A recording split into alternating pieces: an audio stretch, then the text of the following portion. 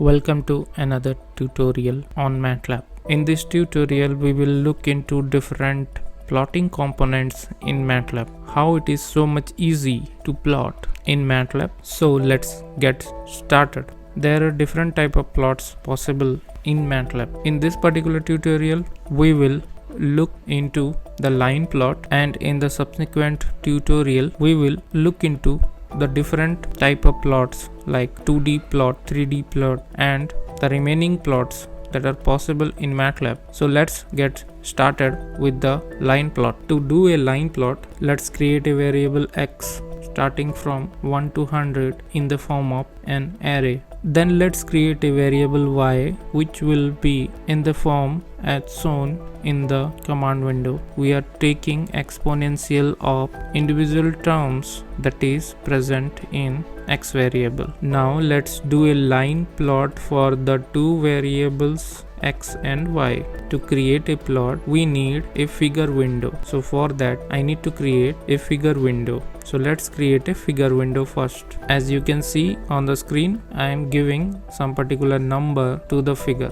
So let's press enter. As you can see on the screen, we have a figure window pop up. Now let's plot the two variables. In this plot command, the dependent variable will be written in the second place and the independent variable will be written on the first place, as you can see on the screen. Once I have the plot command entered, as you can see on the screen, there is a plot appeared on figure 1. Let's do some basic customization for the plot so that it will look good for every graph. We need some grids to visualize the values in a proper way. So let's put the grid on this graph. To put grid on this graph, we need to type grid on. Once we have typed grid on, the grid appeared on the plot, but these grids are not that much minute so that we can see or visualize minute changes in the graph. So we need smaller grids as well. So let's create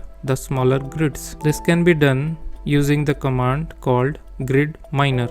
As you can see, I typed grid miner. Let's press enter. Now as you can see, we got all the smaller grids as well. Now this looks little good. Now let's put some title on this graph. This can be done using the command title. Whatever the title we want to give, we need to define it inside the quotes, as you can see on the screen. So let's press enter and see the effect of this command on the plot. As you can see, now there is a title present on this graph which represents what is the graph is meant for. Let's define x and y coordinates for this particular graph so that it will look a little meaningful. To give the names for x and y axis, as we have typed, we can use x label for x-axis and y label for y-axis. Now suppose we want to plot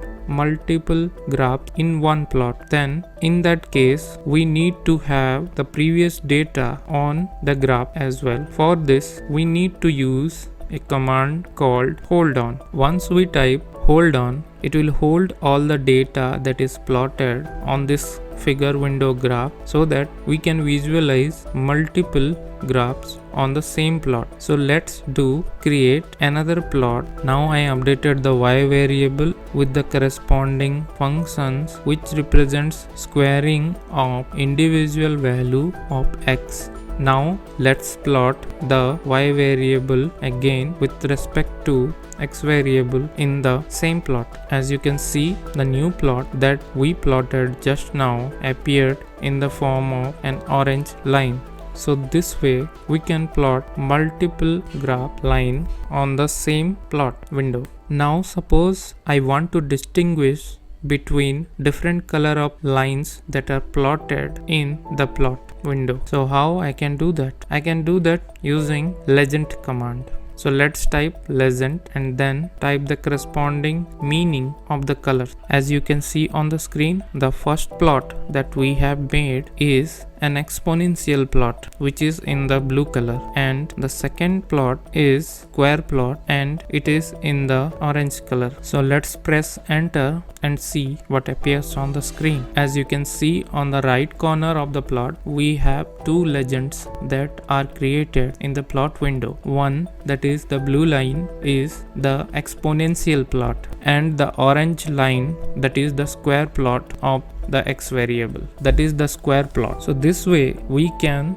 do line plots in Matlab and do different customization for the plots. Now once we have the plot in a proper way, we want to save the plot. To save the plot, as you can see on the left side, there is a save button. You can press on the save button, then a browsing window will appear on the screen. You can give the corresponding name for the figure file. There are different options present to save the figure file. It is usually saved in matlab.fig file. So once you open the fig file, you can manipulate the figure file that you have saved for later point of use. If you want to just save the image, then you can choose any other format. Here I am choosing to save the figure as a .jpg file.